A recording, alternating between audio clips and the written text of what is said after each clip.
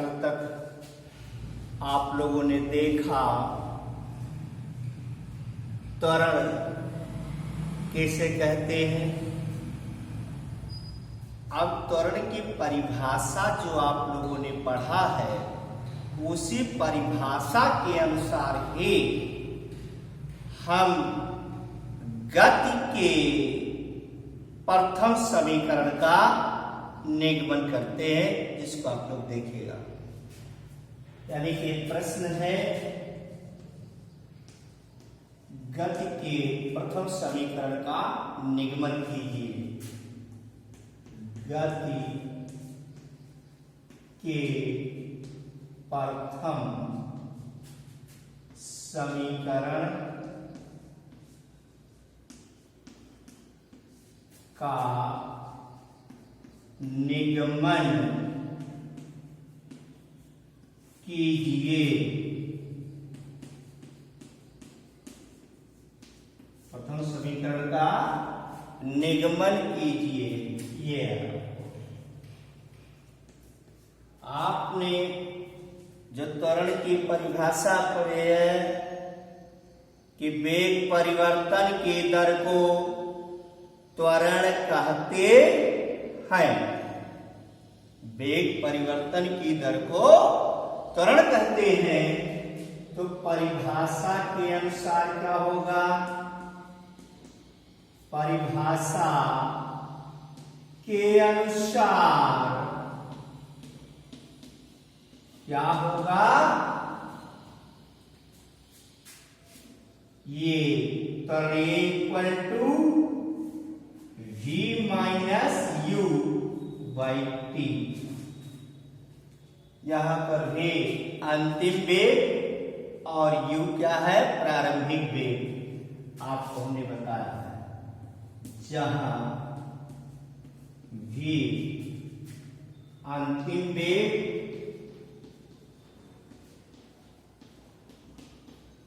और u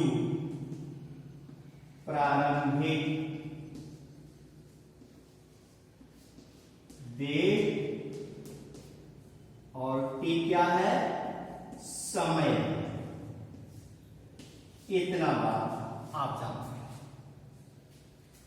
और इसमें आप क्या करें कि आप इसको त्रियक गुणा कर सकते हैं।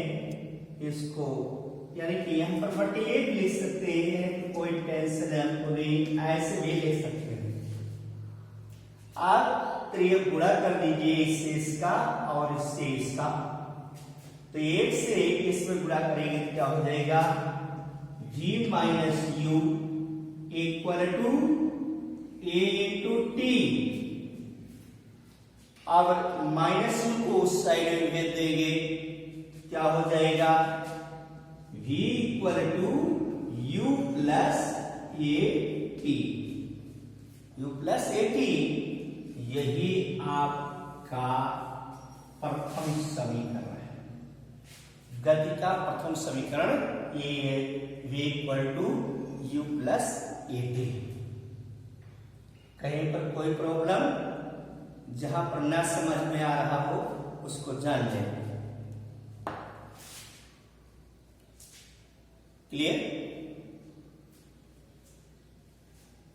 अब आप दूसरा देखेंगे। गति के द्वितीय समीकरण का निगमन कीजिए। गति के द्वितीय समीकरण का निगमन कीजिए। गति का दूसरा समीकरण कैसे? यानी यदि गतिमान वस्तु का प्रारंभिक वेग क्या होगा? u। यदि मान लिया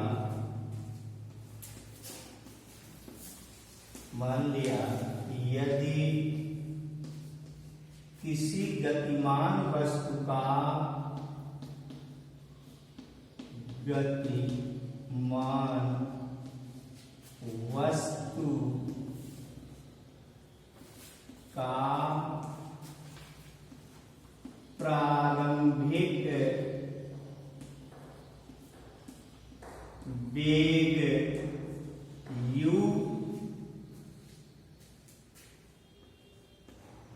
एक समान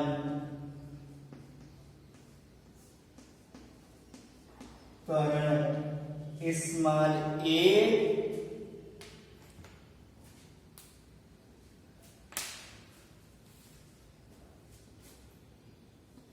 एक सेकेंड पश्चात वस्तु का वेग जी हो जाता।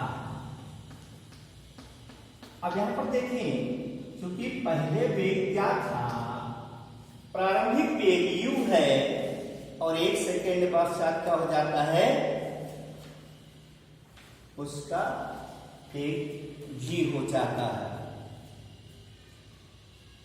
तो अब आपको एक सेकेंड में वस्तु के वेग में वृद्धि, एक सेकेंड में वस्तु के वेग में वृद्धि आप देख लें। अतः एक सेकेंड में वस्तु के वेग में वृद्धि, ये वृद्धि किसके बराबर होगी, क्यों बढ़ता है गति? आप जानते हो गाड़ी चलाते हो तो गाड़ी चलाने में क्यों, जब तक आप उसका एक्सीलेटर नहीं बढ़ाओगे तब तक उसका वेग नहीं बढ़ता है। तो जो एक सेकंड की वृद्धि होगी वो किसके बराबर होगी, त्वरण के बराबर। क्लियर? ये त्वरण के बराबर होगी। तो क्या है, अब इसको लिखेंगे गति प्रारंभ होने के एक सेकंड बाद वस्तु का वेग। गति प्रारंभ होने के एक सेकेंड बाद वस्तु का वेग कितना हो जाएगा, u प्लस ए, क्या हो जाएगा, u प्लस ए। और गति समाप्त होने के एक सेकंड पहले वस्तु का वेग, गति समाप्त होने के एक सेकेंड पहले वस्तु का वेग क्या हो जाएगा, v minus u, v minus v minus A हो गया, v माइनस ए। अब औसत वेग निकाल लेते हैं। औसत वेग का मतलब होता है दोनों को जोड़ करके हम 2 से भाग कर देंगे। तो औसत वेग क्या हो जाएगा, औसत वेग बराबर क्या हो गया, यहां पर हो जाएगा u प्लस ए प्लस v माइनस ए पूरे का बटा 2। अब यहां पर क्या हो गया, यहां पर हो गया ये प्लस है और वो माइनस है, प्लस माइनस मिलकर क्या हो जाता है, कैंसिल हो जाएगा दोनों।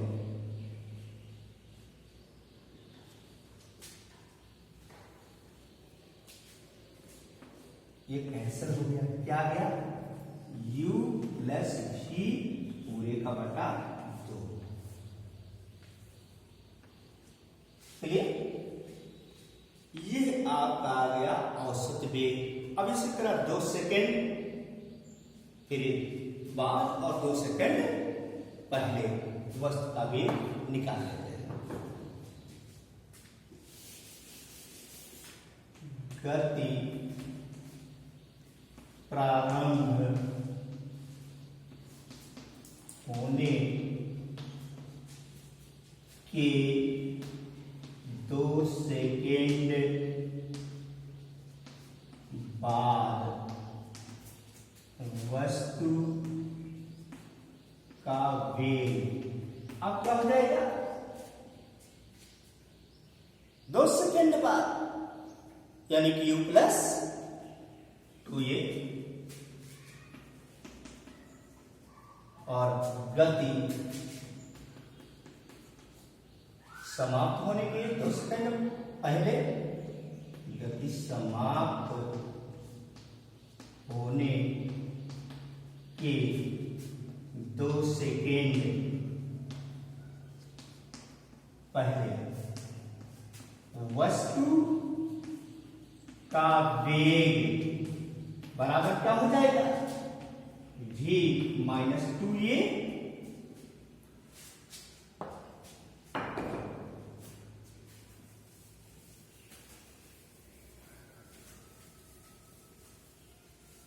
अब इसका भी तो हम औसत वेग निकाल सकते हैं। क्या होगा?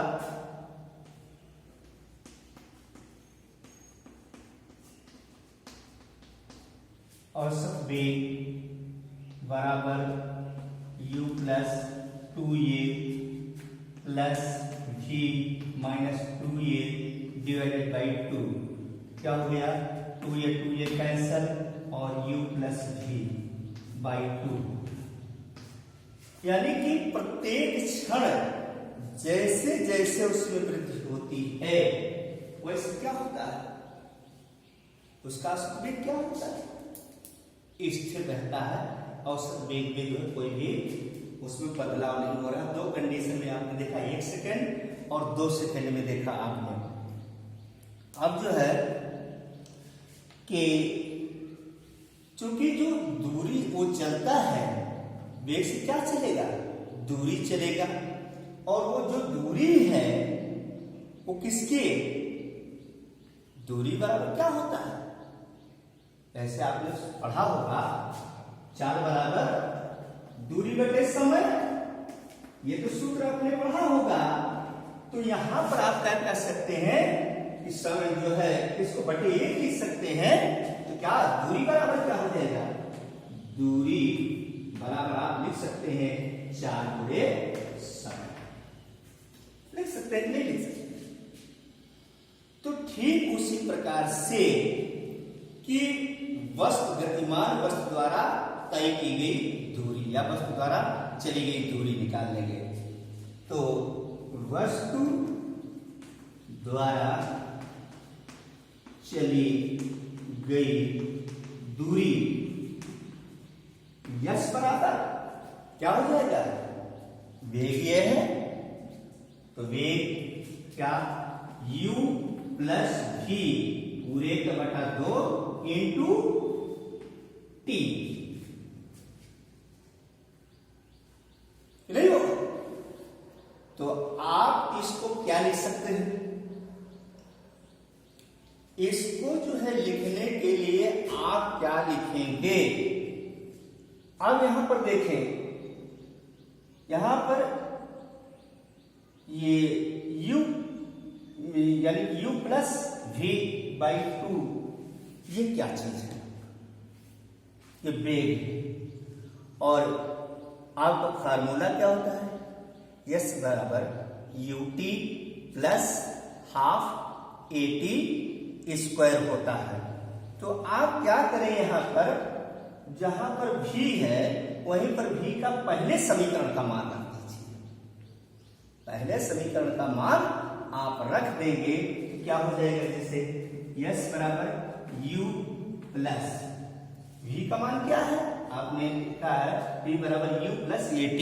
पहले समीकरण में आया है u plus at into t।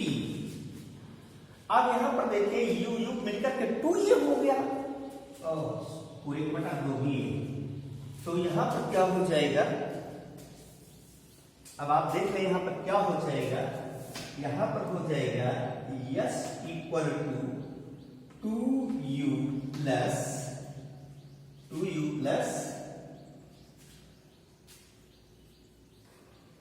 a by 2 और इंटू टी क्या हो जाएगा, इसको आप लिख सकते हैं s equal to 2u by 2 plus 1/2 a t into T, 2 से 2 कैंसल, तो ये हो गया s इक्वल टू, अब यू टी से इसमें गुणा कर देते हैं, u t plus 1/2 a into T square. यही आपका ये गति का दूसरा समीकरण है, s बराबर U T plus 1/2 a t square. Clear? तो आपने देखा गति के प्रथम समीकरण को और गति के द्वितीय समीकरण को। कहीं पर भी आपको पहले आप औसत वेग निकाल लेंगे 1 सेकंड पहले और 1 सेकंड बाद, फिर 2 सेकंड पहले 2 सेकंड बाद, आप देखते हैं कि हर क्षण जो है औसत वेग स्थिर है। तो चलिए दूरी आपको जब तो आपको क्लियर हो जाएगा। तो यहां पर एक चीज हमने नहीं लिखा है, इसको लिख दें कि v का मान यहां पर लिख देते हैं, v का मान समीकरण 1 से लेने पर, तो आपका क्लियर हो जाए। नहीं तो आप सोचेंगे कहां से हो गया, कोई प्रॉब्लम किसी को होगा तो आप तुरंत जो है संपर्क करेंगे। धन्यवाद।